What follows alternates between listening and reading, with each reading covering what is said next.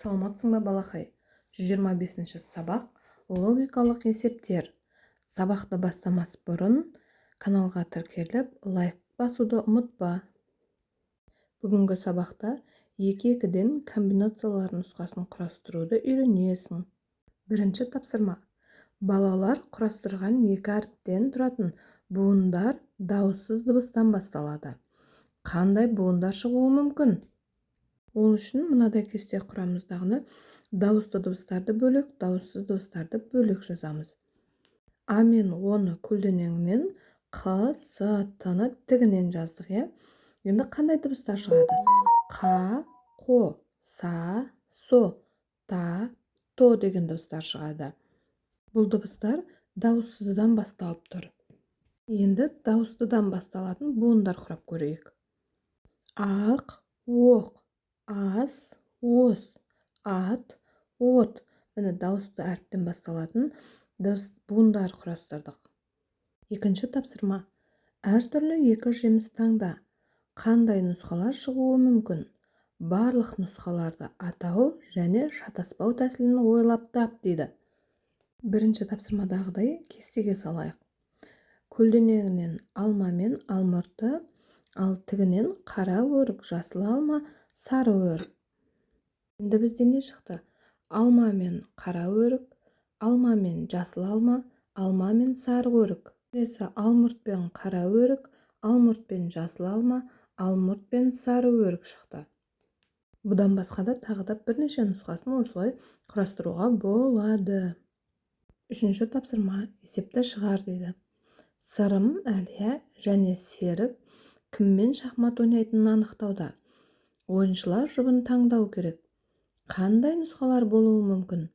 Кестеге сүйене отырып есепті шығар дейді. Енді мына астындағы кестеге қарайық. Сырым мен сырымда минус тұр, Әлия мен Әлияда, Серік пен Серікте минус тұр. Өз-өзін таңдай алмайды, шахмат ойнаған кезде өз-өзімен ойнай алмайды. Сырым өз-өзімен ойнай алмағандықтан сырым Әлиямен ойнайды және Серікпен ойнайды сырым. Ал Әлияға қарайтын болсақ, Әлия сырыммен ойнайды және Әлия Серікпен ойнайды. Енді Серікке келетін болсақ, Серік Әлиямен ойнайды және сырыммен ойнайды. Төртінші тапсырма. Есептердің қысқаша жазылуын таңда. Есептердің шешуін жаз дейді. Асы.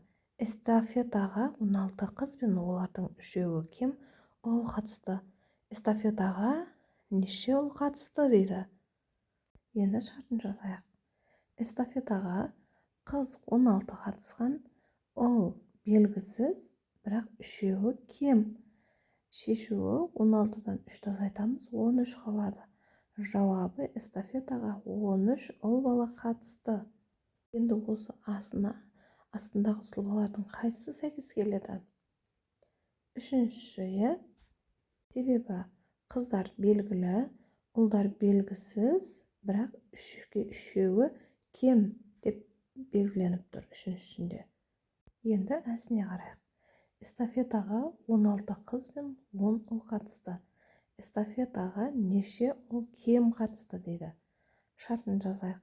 Эстафетаға қыз 16, ұл 10 қатысқан, бірақ неше ұл кем қатысқанын табуымыз керек. Ол үшін 16-дан 10-ды азайтамыз. Тең 6 қалады. Жауабы эстафетаға 6 ұл кем қатысты. Енді астындағы сұлбаның қайсысы сәйкес келеді? Екіншісі, сол сәйкес келеді. Б-сында жарысқа Қазақстаннан 3 команда, шетелден 6 команда қатысты. Жарысқа барлығы қанша команда қатысты дейді. Шартын жазайық. Жарысқа Қазақстаннан 3 команда, шетелден 3 команда қатысқан.